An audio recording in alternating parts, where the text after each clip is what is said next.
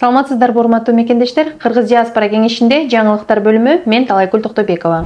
Транспорт пайдаланган мекендештердин эсине 2024 жылдын 1 апрелине чейин Россия Федерациясынын жарандыгын алган же болбосо Россия Федерациясында туруктуу жашоого уруксат алган, башкача айтканда ВНЖ алган мекендештерибиз айдоочулук күбөлүктөрүн Россиянын айдоочулук күбөлүктөрүнө алмаштыруусу зарыл. Ушул жылдын 1 апрелинен тартып чет элдик айдоочулук күбөлүк менен унаа колдонууга болбойт. 5.000-ден 15.000 рубльга чейин айып салынат. 2025 жылдын 1 апрелине чейин жеңилдетилген тартипте айдоочулук күбөлүгүңүздү алмаштыра аласыз. Ал үчүн мамлекеттик автоинспекцияга ГИБДД бөлүмдөрүнө кайрылыңыздар. Урматтуу мекендешим, Кыргызстанга барыбыз эле тыйын которобуз, бирок ошол тыйынды утуу менен которолу. Кыргызстандын банк компаньон эң жакшы акция уюштуруп атат.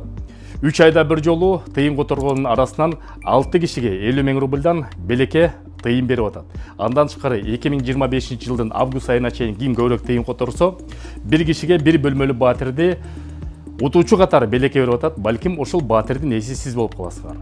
Тыйын которулгондо Астрасен системасы аркылуу Сбербанктан, Тинькофф банктан жана Мир привилегии приложениясы аркылуу мекен деген промокодду киргизип которсоңуздар, дагы утуш менен которосуңар. Эң негизги шарт компаньондун же кошелегуна, же картасына тыйын түшүш керек. Тыйынды утуш менен которолу.